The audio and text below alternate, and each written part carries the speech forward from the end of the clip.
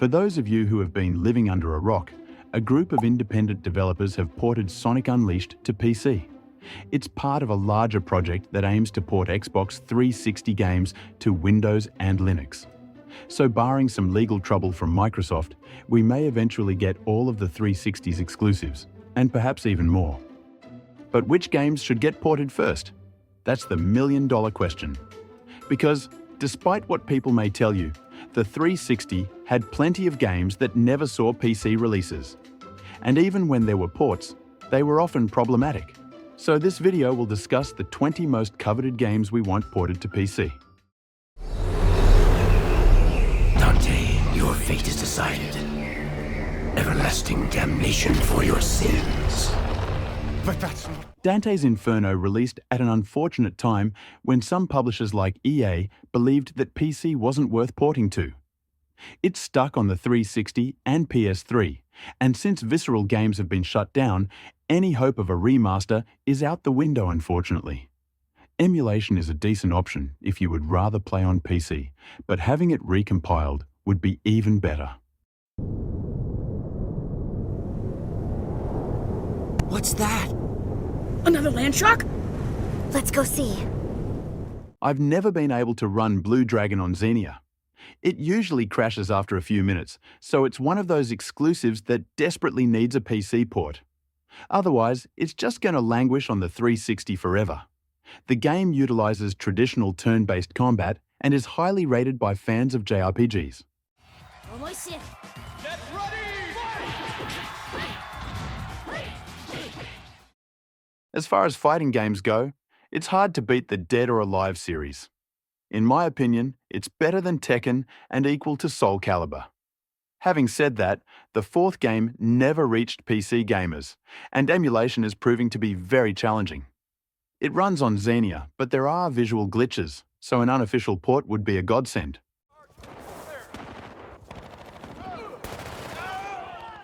Bad Company was another casualty of EA's war against PC gamers. It was the first game to run on Frostbite, and the company didn't think it was worthwhile developing it further for PC. It can be emulated on RPCS3, but you do need strong hardware to run it. Personally, I think the second game has a much better single-player campaign.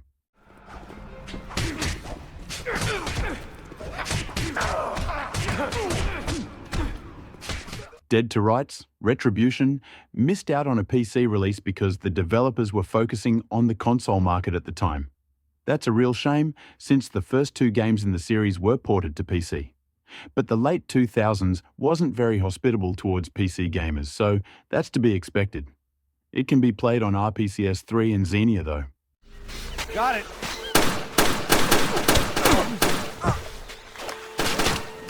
I'm gonna take you out!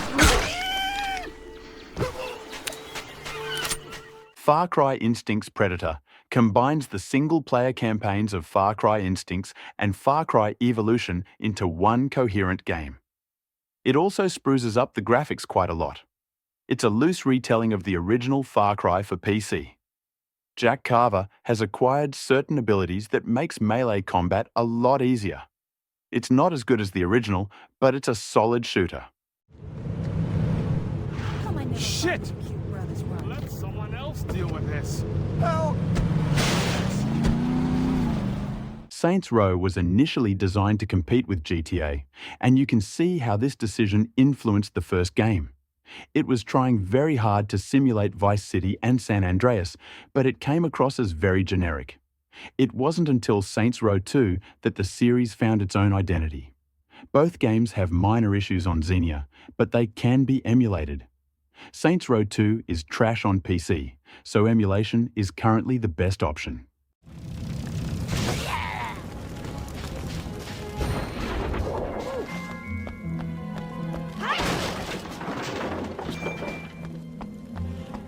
Cameo is a very unique game, at least for its time.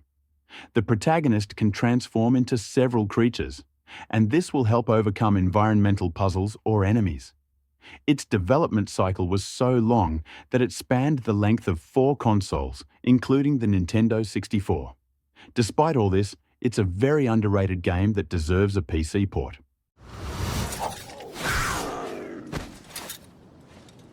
Impressive, even for the mighty Sigmund.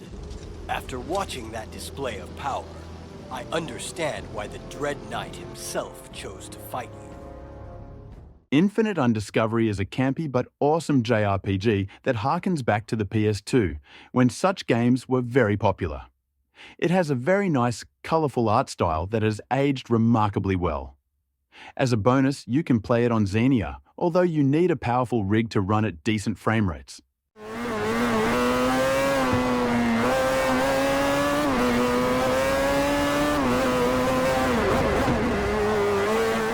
Most fans of the Forza series will acknowledge that it peaked with Forza Motorsport 4.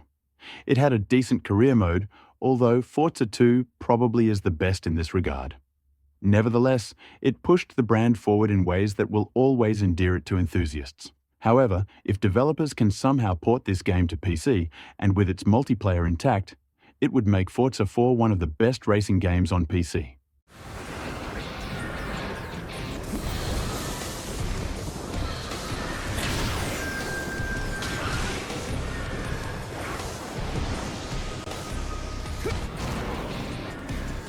Several changes were made to subsequent iterations of Ninja Gaiden 2 that turned fans off. Some weapons were removed that were in the original, and the player could no longer unequip the bow, which made controls rather finicky. There were other changes as well, like the removal of trials from the story. Ninja Gaiden 2 Sigma wasn't that bad, but you'll definitely want the original version.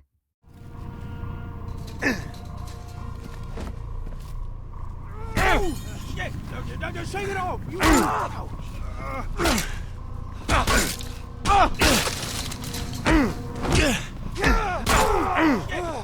shake it off! Despite having the first game on PC, Condemned 2 strangely missed out. Sega decided to keep it on consoles, but at least we can play it via emulation. I recommend Xenia, since it handles the game quite well. If Condemned 2 is ever ported to PC though, I hope that it gets keyboard and mouse support. It would really help for precision aiming. Okay,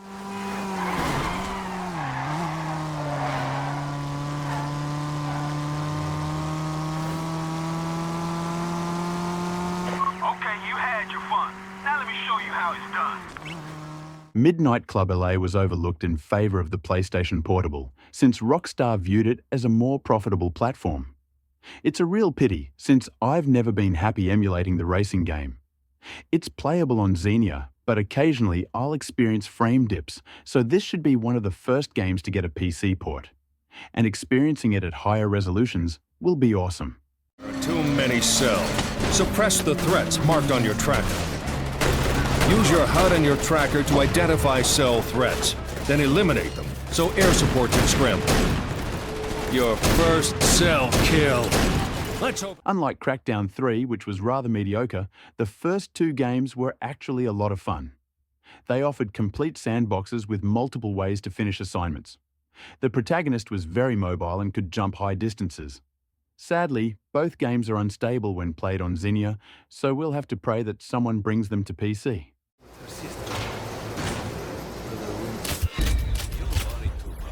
She will be fine. She will come back.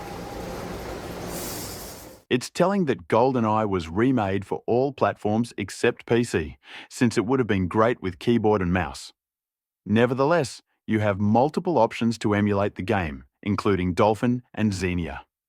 For those who don't know, this is a reimagining of the original on Nintendo 64, and quite frankly, it is objectively superior in every way.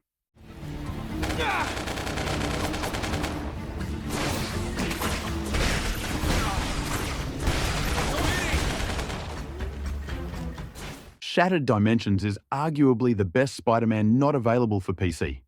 It was so well told that the story inspired a whole new arc on Marvel Comics. That's how good it was, and I can vouch that it runs fine on Xenia. Does that mean we don't need a PC port? Heavens no. It's always best to have native versions of your favourite games.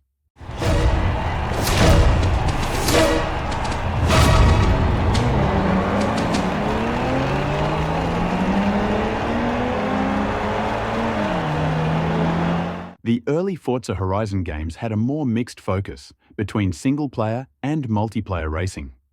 A lot of value was placed on your career mode, and this progression helped you to unlock more cars and customize paint liveries. They have aged really well on the 360, and perhaps if we could run these games at 4K, it would look even better. You have done well, and proven your devotion. Arise.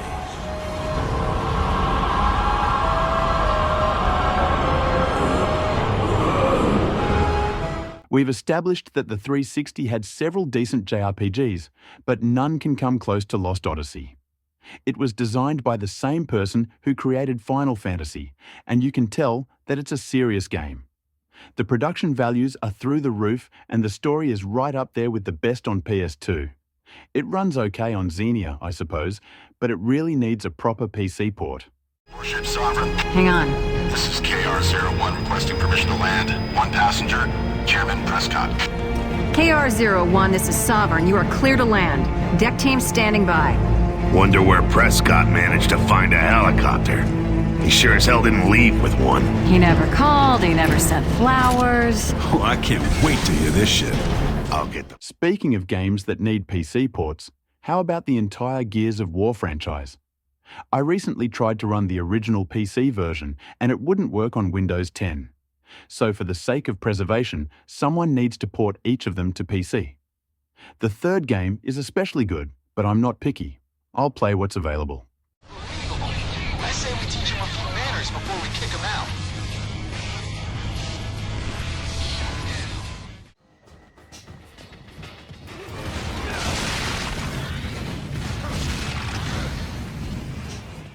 Your power is not too late for you.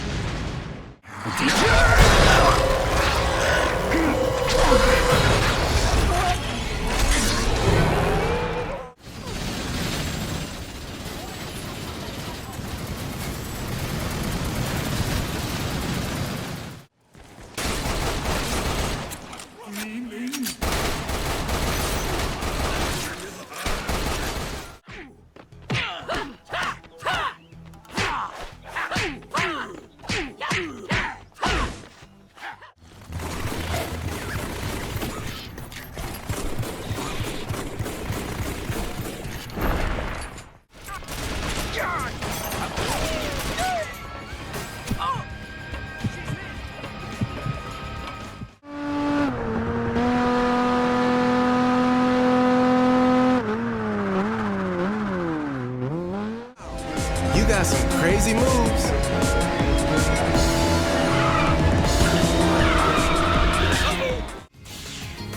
Okay.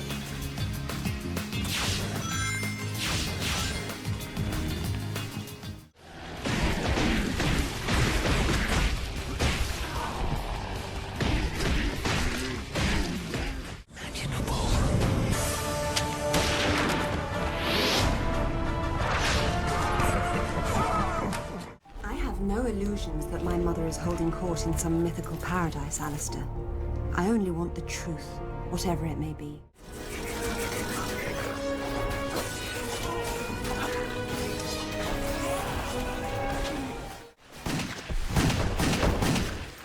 Gotcha.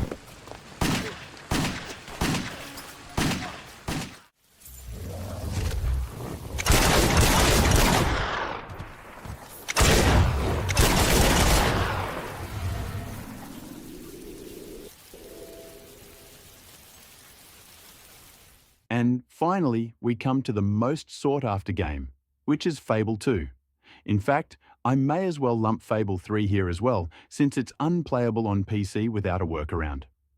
Xbox gamers rate the Fable games extremely high, so it's a pity that PC gamers have so many issues with the series.